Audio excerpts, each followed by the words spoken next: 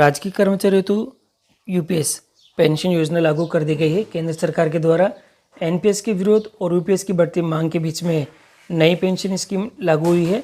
Unified pension योजना 23 लाख कर्मचारियों को फ़ायदा मिलेगा इससे, और 1 अप्रैल 2025 से लागू होने वाली है। रिटायर्ड हो चुके तो भी आपको लाभ देखने को मिलेगा, और इसके अंदर न्यूनतम 10,000 रुपये पेंशन यहाँ पे कर दी गई है।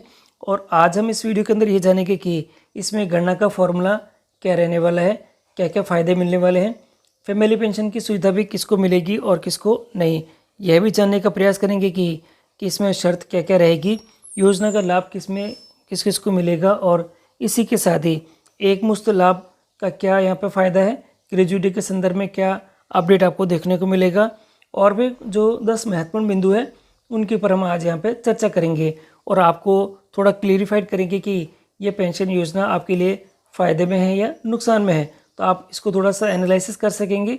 तो साथियों, इस वीडियो को आप शुरू से अंत तक जरूर देखें, और यदि चैनल पर नहीं तो चैनल को सब्सक्राइब जरूर करें, जिससे कि इस प्रकार के जो महत्वपूर्ण अपडेट हम आपके लिए लेके आते हैं आपको सबसे पहले हमारे चैनल के माध्यम से प्राप्त होते रहें। दैनिक भास्कर की तरफ से एक एक्सप्लेनर है, और एक्सप्लेनर बहुत बड़ा अपडेट है क्योंकि केंद्रीय कर्मचारियों को बेसिक सैलरी का आधी पेंशन की गारंटी जो कि केंद्र सरकार द्वारा दी जा रही है। एनपीएस का विरोध हो रहा है और ओपीएस की बढ़ती मांग के बीच में जो नई पेंशन यूनिफाइड पेंशन योजना मंजूर कर दी गई है, और 1 अप्रैल 2025 से ये लागू होगी, और रिटायर्ड हो चुके तो भी आपको लाभ यहाँ पे मिलना शुरू हो जाएगा। तो अब हम ये देखेंगे कि कुछ इसके संदर्भ में जो प्रश्न हैं वे कुछ किस प्रकार से रहने वाले हैं, और क्या इन प्रश्नों के उत्तर हमको सेटिस्फाइड करेंगे नहीं करेंगे, तो वो देख लेते हैं। सबसे पहला प्रश्न हमारे पास में दिखाई दे रहा है कि नई पेंशन किस तरह से फ़ायदेमंद है। जो कुछ महत्वपूर्ण प्रश्न हैं वे कुछ इस प्रकार से आपको दिखाई दे रहे हैं, और मैं पहला प्रश्न यहाँ ले लेता हूँ। पहले प्रश्न में इस प्रकार से यहाँ पूछा गया है कि नई पेंशन किस तरह से फ़ायदेमंद है, तो उत्तर दे रखा है इसके संदर्भ में कि मूल वेतन का 50% राशि पेंशन के रूप में मिलेगी। सरकार ने इसकी गारंटी दी है, तो ये इस तरह से फ़ायदेमंद है, बिल्कुल पुरानी पेंशन स्कीम की तरह ही है। गणना का जो फॉर्मूला है वह क्या रहने वाला है, तो यहाँ दे रखा जिस दिन रिटायर्ड होंगे, साथियों देखिएगा, जिस दिन आप रिटायरमेंट होंगे उससे पहले की 12 महीने में आपकी बेसिक सैलरी का औसत निकाला जाएगा, और उसी की 50% राशि आपको पेंशन के रूप में मिलेगी। तो यहाँ थोड़ा सा आपको देखने को मिलेगा कि जो एवरेज निकाला जाएगा, एक तरह से यहाँ पर पूरे ही 12 महीने की जो आपकी बेसिक सैलरी कितनी रही है, क्योंकि जुलाई में इंक्रीमेंट लगता है तो पहले की सैलरी और आगे की सैलरी में डिफरेंस रहेगा। तो यहाँ थोड़ा देखने को मिलेगा कि आपकी जो सैलरी में है तो उसका बेसिक का जो आपका टोटल औसत निकलेगा उसको यहाँ पर फॉर्मूले के रूप में, गणना के रूप में माना गया है, और उसका जो 50% निकलेगा वह आपको पेंशन के रूप में दिया जाएगा।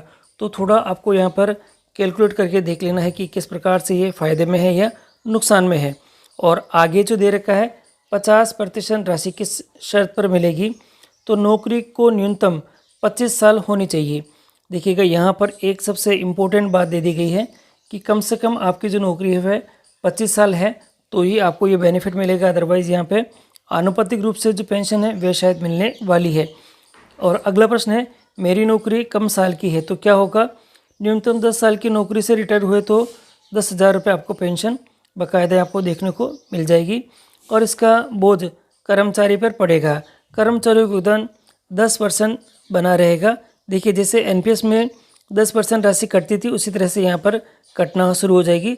सरकार अपना योगदान 14% से बढ़ाकर 18.5% करेगी।